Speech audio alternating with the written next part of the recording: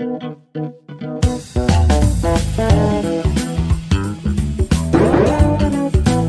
ce vlog, on va parler du musée d'architecture en plein air d'Edo Tokyo. Et pour une soirée, je vais vous emmener visiter le plus grand Uniqlo du monde qui se trouve à Tokyo. On est au musée dans combien de temps? 5 minutes dans ce cadre. C'est des trains?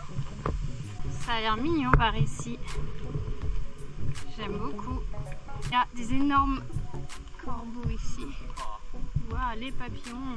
On peut visiter dans ce musée des bâtiments japonais historiques. Vous allez voir en vidéo qu'il y a différents styles de maisons et ces maisons appartenaient autant à des classes moyennes japonaises qu'à des individus riches, puissants et même des politiciens de l'époque. Faire du film, de faire du skate, de conduire des voitures télécommandées, de faire du feu,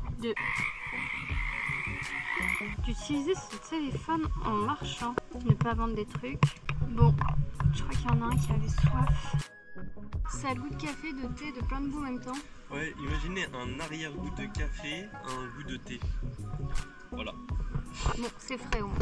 Bah, c'est très frais. On est parti prendre, en fait on essayait de voir les pièces qu'on avait pour prendre de la boisson là. Il y a deux hommes qui sont venus nous donner une pièce de 500 yens. Donc c'est entre 3 et 4 euros, je sais pas trop. Ouais. Pour nous dire, bah servez-vous genre avec notre pièce. Gentil. Et toi tu dis oui oui merci. Bah non genre... moi attentionné c'est oui c'est attentionné mais genre on a de la monnaie, on va pas leur prendre comme ça. Enfin c'est gentil. Ils sont trop gentils, on va pas profiter justement. Genre, bref, trop gentils, c'était trop gentil. Après ils ont vu tes tatouages. Il a demandé si t'étais un soldat. I'm a soldier bro. Non vraiment très appréciable. Regardez-moi ce cadre. Oh ce drapeau. Et cette étendue de verdure. Franchement le vent il fait grave du bien. Oh le mini vélo rose. Petit banc à l'ombre au calme. Grande allée.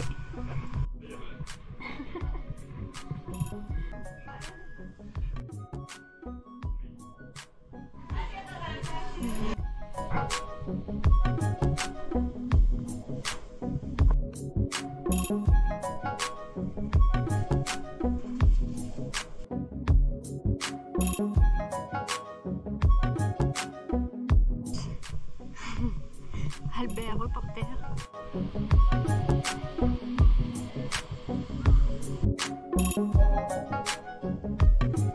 La visite a vraiment duré une énorme partie de la matinée, genre si ça n'a pas débordé sur le début d'après-midi limite. C'était très grand, c'est réparti en différentes zones. Il y a un coin donc où on visite vraiment à l'intérieur toutes ces maisonnettes avec des vues uniques. On a du mal à se dire qu'on est toujours à Tokyo. C'est très fluide, c'est très agréable de pouvoir marcher même s'il y a des visiteurs. On ne se sent pas du tout oppressé et on n'a pas filmé dans cette vidéo. Mais il y a une zone en fait avec les anciens commerces de l'époque, par exemple une petite épicerie, etc. Il y avait même un onsen vide bien sûr à visiter. On a eu de la chance ce jour-là parce qu'il faisait très beau. Pour moi c'est vraiment quelque chose à faire si on est à Tokyo. Et en plus de ça, l'entrée je crois était à moins de 5 €. Alors là on est le soir et on se dirige vers le plus grand Uniqlo du monde comme je vous disais tout à l'heure. Ça se passe à Ginza à Tokyo, un endroit assez riche. Et nous sommes dans la rue de l'infini. Franchement la rue est interminable, on ne voit pas le bout. Devant, l'infini derrière. Donc là on est dans le plus grand Uniqlo. Je sais même pas il va jusqu'à où. 12 étages frère. Ah laisse tomber. D'ailleurs Uniqlo fait des fleurs, moi je ne savais pas. Ouais c'est ça qui est là.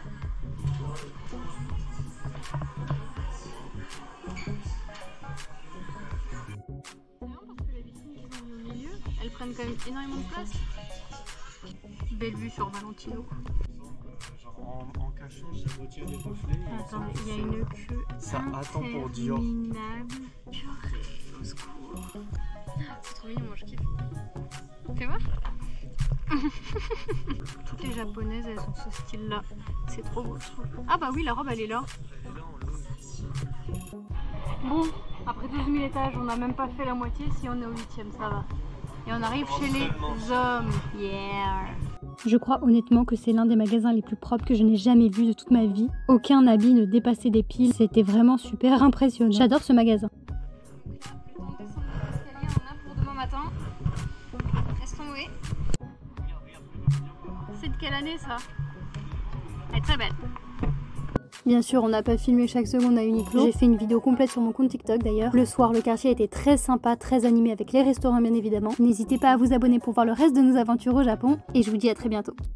On a vu aussi un serpent dans une jarre. Ah, c'était du rhum avec du venin de serpent. C'était du rhum? Normalement, c'est du rhum. Normalement. Bon, je voulais le prendre en vidéo, après il y avait la dame, je voulais pas qu'elle le prenne comme un manque de respect, mais... Hein? De quoi c'est juste là? Que c'est beau? Y'a rien? Bon, c'est quand même super beau, hein? Voici une sortie musée à moins de 3 € que vous pouvez faire à Tokyo. Laissez-moi vous parler du musée d'architecture d'Edo Tokyo en plein air. C'est un musée de bâtiments japonais historiques. Ce qui est original, c'est qu'on voit les bâtiments de l'extérieur et on y pénètre carrément. Justement, au niveau de l'architecture, on a pas mal de styles différents. J'ai une petite anecdote exclusive pour vous. Hayao Miyazaki a apparemment pas mal de fois visité ce musée pour s'inspirer pour son film Le Voyage de Chihiro. Ce musée en plein air est situé dans un grand parc. Je pense effectivement que les vidéos parlent d'elles-mêmes. Certaines maisons appartenaient à des hommes politiques japonais importants de l'ère Meiji. La partie est du parc nous montre des commerces alignés et très variés comme un magasin d'ombrelles, une épicerie, etc.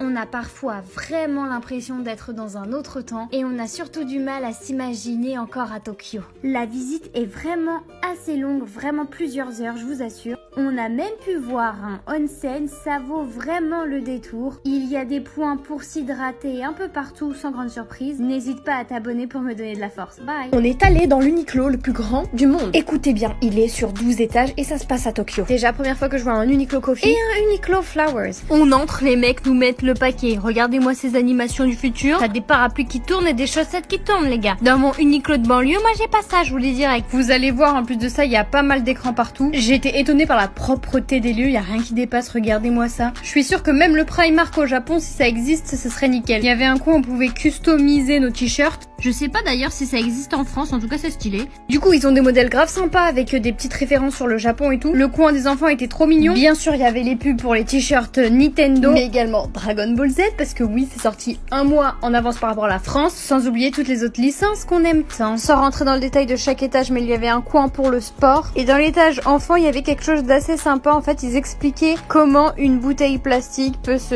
transformer en fibre pour les vêtements, de façon bien évidemment très simplifiée. Donc c'était marrant de voir les parents se prêter au jeu pour expliquer à leur enfant. Voilà, bye.